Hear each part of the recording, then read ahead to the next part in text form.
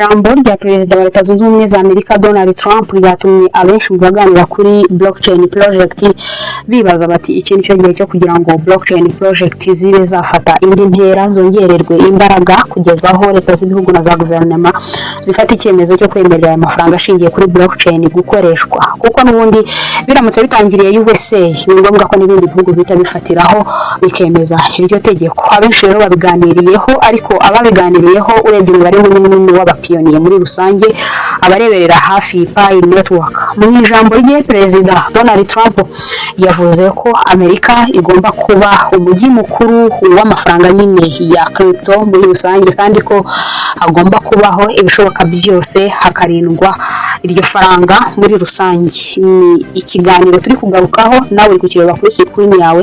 N'ubundi muri rusange ibyo yagiye aganiraho byagiye bisirikira ku mbuga nkoranyambaga, ni nabyo tuje kuganiraho aka kanya. Ahangaha rero ni kuri Rugwiro Pro Zone Official. Ibiganiro byacu byibanda ku mafaranga ashingiye ku ikoranabuhanga rya blockchain, tubirebera hamwe kugira ngo twinjire mu isi ya Web3, twongere ubumenyi maze tubibyaze umusaruro muri rusange. Ahangaha rero abantu benshi bagiye baganira ku gitekerezo cya amafaranga ashingiye ku ikoranabuhanga, babigarukaho bibaza bati Pi barayubatse igihe cyaragize, ariko bashobora kureba kure yaho twe tutareba, bavuga ko haburamo akaboko k'imbaraga zijyanye na politiko muri rusange. Niyo mpamvu bavuze bati ese iri jambo rya Donald Trump rishobora gufasha Pi project ndetse n'indi mishinga yubakiye kuri blockchain gukura, cyangwa ni politiko gusa? Mu ijambo rye Perezida wa Leta Zunze Ubumwe za Amerika Donald Trump yavuze ko Amerika igomba kuba crypto capital of the world, kandi ko Amerika itagomba kubuza crypto gukura. Ariko se ibi bishobora kugira ingaruka nziza kuri blockchain cyangwa se kuri Pi project? Nibyo tugiye kuganiraho muri rusange. Mu butumwa bwe Donald Trump yavuze ko amabanki ari kugerageza guhagarika amategeko ya crypto. Amerika kigomba kwihutisha ibijyanye na Clarity Act. USA igomba kuba igicumbi cya crypto ku isi. Ibi bivuze ko bashobora gukora amategeko asobanutse ashyigikira blockchain na digital asset muri rusange. Ahangaha abenshi bagiye babihuza na Pi Network bibaza bati hari aho byaba bihuriye n'iyi project ya Pi Network ya Dr. Nicholas ndetse na Sheng Jiaofani. Abenshi babigarutseho bari bafite ikibazo kimwe, bibaza batese amategeko mashya ya crypto muri Amerika ashobora kugira ingaruka kuri Pi Network muri rusange. Ahangaha mu butumwa bwa Donald Trump ikirimo yagarutseho n'icyuko Genius Act iri kubangamirwa cyane n'amabanki.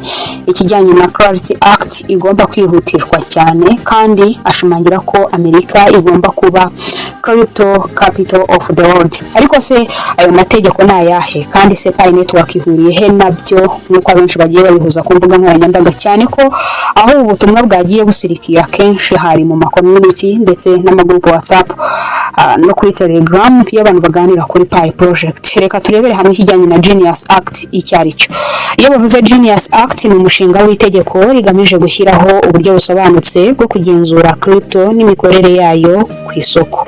Intego yayo ni ugutanga framework y'isoko rya crypto market structure, gukumira ibigo bya blockchain bikorera mu buryo butemewe, hakabaho nyine gushyigikira cyangwa se gutuma ibyo bigo bishaka ibyangombwa bituma hakorwa ibikorwa byose byegamiye kuri blockchain bikaba bikora mu buryo bwemewe, kurinda abashoramari kuba bagwa mu gihombo cya scam cyangwa se ibyo abenshi bita ubwambuzi. Mu magambo yoroshye, Genius Act ni intambwe ya mbere yo gushyiraho system ituma crypto ikora mu buryo bwemewe muri Amerika. Nk'uko Perezida wa Leta Zunze Ubumwe za Amerika Donald Trump yavuze ko amabanki atifuza iri tegeko kuko bashobora gutakaza inyungu babonaga nk'uko amabanki yarasanzwe akora. Ariko kandi hari irindi tegeko ryitwa Clarity Act.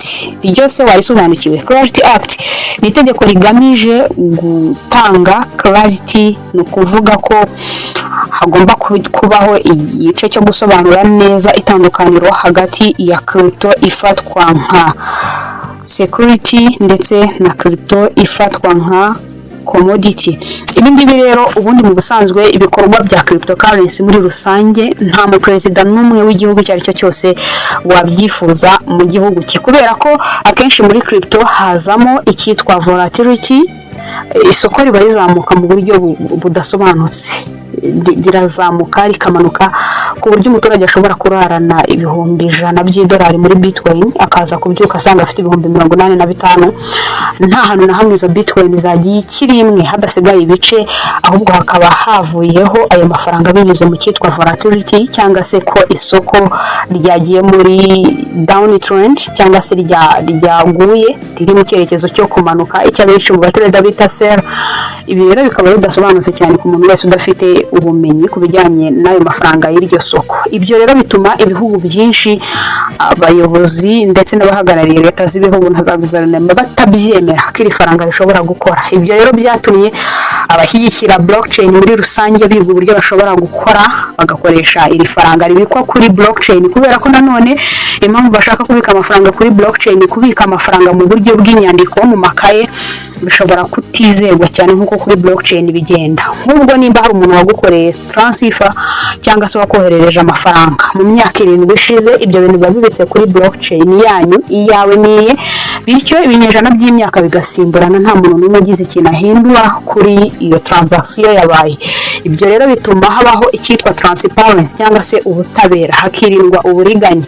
Ibyo rero nibyo blockchain bya mbere itanga nk'ubwisanzure. Ikindi, amabanki mu gihe cyo kohereza amafaranga, banki zisanzwe zikata fees, transaction fees, ari amafaranga atuma akuva ajya kuri mugenzi wawe aba ari menshi tugereranije nayo blockchain ikata. Ibyo rero ni byinshi blockchain ishobora kuzana, bishobora gutuma habaho nyine ubwisanzure ku muturage ndetse akanoroherwa mu bijyanye n'amatransaction ndetse n'amafaranga yo kuri bank, cyane ko na access kuri ayo mafaranga iyo ari kuri blockchain ubu yaccessinga cyangwa se uyafiteho access uyasura uko bishaka, bitandukanye nuko yababitse muri bank. Muzi neza ko hari amabanki usura amafaranga yawe ugiye kureba balance bakagukata n'ibindi byinshi bitandukanye. Abatekereza rero kuba amafaranga ya blockchain cyangwa se imikorere ya blockchain yakinjizwa mu buzima rusange bw'igihugu runaka, ababyemeye nibyo ngibyo byose baba bashyize imbere, ibyo twari tuvuze haruguru. Ahangaha rero ariko n'abayobozi b'ibyo bihugu bakavuga bati aya mafaranga adafite control ahinduka buri kanya, umunsi umwe usanga yagura indi yazamutse, ntabwo byakoroha ko twayinjiza mu baturage, ni icyago gikomeye cyane. Abakora iri faranga rero cyangwa se barerebera hafi bitabaje icyitwa stable coin, ifaranga ridahinduka mu gaciro ahubwo rigereranwa ko ringana n'ubundi n'ifaranga rya Leta Zunze Ubumwe za Amerika USD. Iryo faranga baryise USDT, ni stable coin, ntabwo rijya rihindagurika keretse iyo economy n'ubundi y'icyo gihugu yaguye. Ni ukuvuga ngo hari ukuntu mu Rwanda 5,000 muba musanzwe mubihahisha ibintu byose nkenerwa ku munsi, ariko wenda kubera ko harimo ikibazo cy'ubukungu bujyanye wenda n'intambara ziri mu bihugu runaka, wenda naho dusanzwe dukura petrol, ugasanga ku 5,000 mwaguraga petrol litiro 2 bongeyeho 200 byabaye 5,200. Muri rusange ntabwo ari 5 byataye agaciro, ahubwo hari ikintu cyabayeho gituma bya 5 bitagishoboye kugura ya petrol mwabonaga cyangwa se n'ibindi nkenerwa mukeneye. Ni urugero twari dutanze kugira ngo wisobanukirwe neza. Aha rero abenshi bari bumvaga ko ifaranga rya Pi rishobora gutabarira hafi rikaba ryakoreshwa, kubera ko mu kohererezanya Pi badukata utuntu dukeya, ntabwo ari byinshi, ntabwo bakata amafaranga asanzwe ugereranije nuko abandi bakata. Bati Pi ishobora kuba yakoreshwa, kandi nanone impamvu Pi yitabazwa nuko niyo project yonyine yinjijemo abantu bushya muri blockchain muri rusange, batari basanganyweho ubumenyi, bagiraho amafaranga maze bashobora no kuba bayakoresha ibikorwa byinshi bitandukanye kandi bibafitiye inyungu. Aha rero niyo mpamvu hagenda havuka amategeko nka Mika mwumvishe, n'andi menshi agiye atandukanye ashobora gutuma aya mafaranga akora muri rusange. Isi irayakeneye, ariko nanone adacunzwe neza ashobora guteza ibyago bishobora gutuma nta gihugu na kimwe kinayifuza, cyane ko mu gihe cyashize aya mafaranga yakundaga kuba yakoreshwa n'imitwe itemewe n'irwanya ubutegetsi n'abandi, kubera ko amatransaction yayo ntabwo byemewe cyangwa se ntibinoroshye kuba wayakurikirana ngo umenye ngo umuntu yohereje aya n'aya, kubera ko ubundi muri banki impamvu byoroha nuko habaho igice cya validation cyangwa se ubugenzuzi muri rusange. Aha rero twari tubikomoreje mu gusobanura Clarity Act, ni itegeko rituma crypto igira amategeko asobanutse aho kuba ibintu bitumvikana ngo ubwire umuntu crypto ariko ubura ikindi kintu urenzaho cyo kumusobanurira uburyo ikoramo muri rusange. Ahangaha Pi Network ababihuje nayo nuko n'umushinga wa blockchain nkuko nari mbigarutseho ufite abantu benshi bawukoresha, tumaze kurenga barenga miliyoni 100 twa downloadinze kuri Google Play Store application ya Pi. Ni kuvuga ngo abamayina muri rusange turenga miliyoni 100, kandi ecosystem yayo ikugenda yiyubaka, iteganya kuba adoption ku rwego mpuzamahanga cyangwa se kuba yakakirwa n'urwego mpuzamahanga. Niba Genius Act na Clarity Act byemejwe, Pi ishobora kubona amahirwe yo kwemerwa ku masoko akomeye. Ibi kandi bishobora gusunikira Pi ku kintu abantu bose basobanukiwe imikorere y'isoko rya blockchain bifuza, kijyanye na listing ku ma exchange yo muri Leta Zunze Ubumwe za Amerika. Ibi ngibi bishobora kutuzanira ikintu gikomeye cyane. No kuvuga ngo Pi iramutse iristinze kuri exchange yemerewe gukorera muri USA, byazamura iki? Abaturage ba USA bagira uburenganzira n'uruhare mu kuba bagura za Pi. Rero iyo abantu bari gushoramo imari muri ya coin yari yose, nabasobanuriye kenshi ko buri muntu wese yakora coin kandi kamamara, biterwa n'umuntu yiri inyuma cyangwa se n'imbaraga washyizemo mu kuyisunika.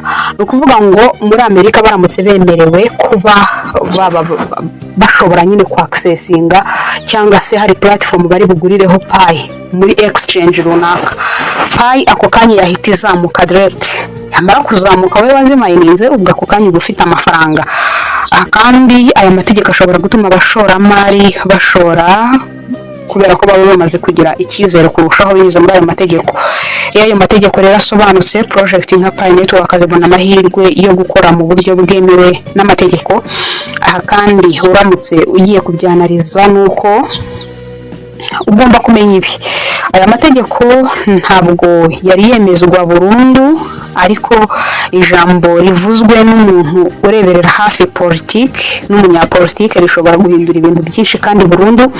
Pi iracyari mu giciro cyangwa se n'igice kiri enclosed, bityo ntabwo irafungurwa kuri full open mainnet. Bivuze ko price izahita izamuka uyu munsi cyangwa ejo, ariko bivuze ko biri mu gice cya regression nziza. Pi ishobora gufata igice cyo kuzamuka kandi by'igihe kirekire cyane, mu gihe yaba yemerewe gukorera mu gihugu cya Leta Zunze Ubumwe za Amerika n'ahandi hari abaturage bashobora kubikamo amafaranga.